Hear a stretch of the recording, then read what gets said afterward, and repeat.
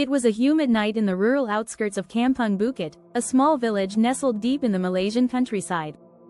The thick jungle surrounded the village, its shadowy trees rustling with the soft hum of insects and distant animal calls. Siti, a university student visiting her grandmother, had heard the local stories about the Pontianak, but she didn't believe in such things. To her, they were just tales to scare children. Her grandmother had warned her, though, be careful when you walk near the banana trees at night. Don't wander alone when the moon is full, but Siti wasn't the superstitious type. She chuckled at the old woman's caution and headed out to meet her friends near the village clearing. The moon was full, casting a ghostly light over the dirt paths, and the air was still, almost unnaturally so. As she made her way through the narrow trail, the smell of frangipani flowers filled the air, sweet, yet cloying. She felt a shiver crawl up her spine. Her steps quickened as the trees began to thicken, the leaves brushing against her arms.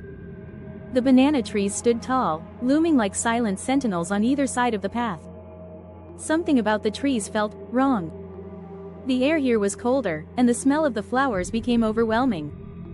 Then she heard it, a soft, distant laugh. Siti stopped dead in her tracks, her heart racing. The laugh was faint, echoing through the jungle like a whisper. She turned slowly, scanning the shadows, but saw nothing. Her rational mind told her it was just an animal, a trick of the wind. But her grandmother's warning echoed in her mind, if the laugh is faint, she's close. Siti swallowed hard and began to walk faster, her sandals slapping against the dirt. But the laugh came again, this time a little louder, a little closer. She froze, realizing the sound was coming from behind her. She turned, and her breath caught in her throat. Standing just behind the banana trees was a figure, tall, with long, black hair cascading over a white gown. The figure was pale, unnaturally pale, with hollow, sunken eyes and a smile that seemed too wide for her face. It was the Pontianak. The woman's head tilted slightly, her mouth opening to reveal sharp, blood-stained teeth. The Pontianak let out a low, guttural growl that sent a wave of cold terror through Siti. Her legs felt frozen to the ground, her body refusing to move. The creature's laughter grew louder, shrill and maniacal, as it hovered closer, the long claws extending from its fingers, reaching for her.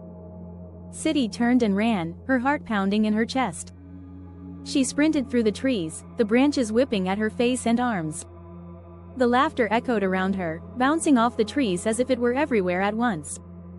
No matter how fast she ran, the laughter followed, growing louder, closer, until she could feel cold breath on the back of her neck. She stumbled into a clearing and fell to the ground, gasping for breath. The moonlight illuminated the space around her, but she was alone, momentarily. Panting, she looked around, praying the creature had vanished. But then, she heard the soft rustling of leaves behind her. With trembling hands, she turned slowly, her eyes widening in horror. There, emerging from the shadows, was the Pontianak, her face contorted in a twisted, cruel grin, her empty eyes glowing faintly in the moonlight. She was closer now, her clawed hands reaching out, her nails gleaming like knives. Siti scrambled backward, her voice caught in her throat. She couldn't scream, she couldn't breathe.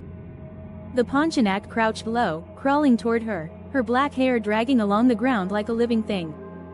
The smell of frangipani was suffocating now, so thick it burned Siti's nostrils. Her vision blurred as the Pontianak leaned in closer, her lips parting to reveal those horrible teeth, dripping with fresh blood.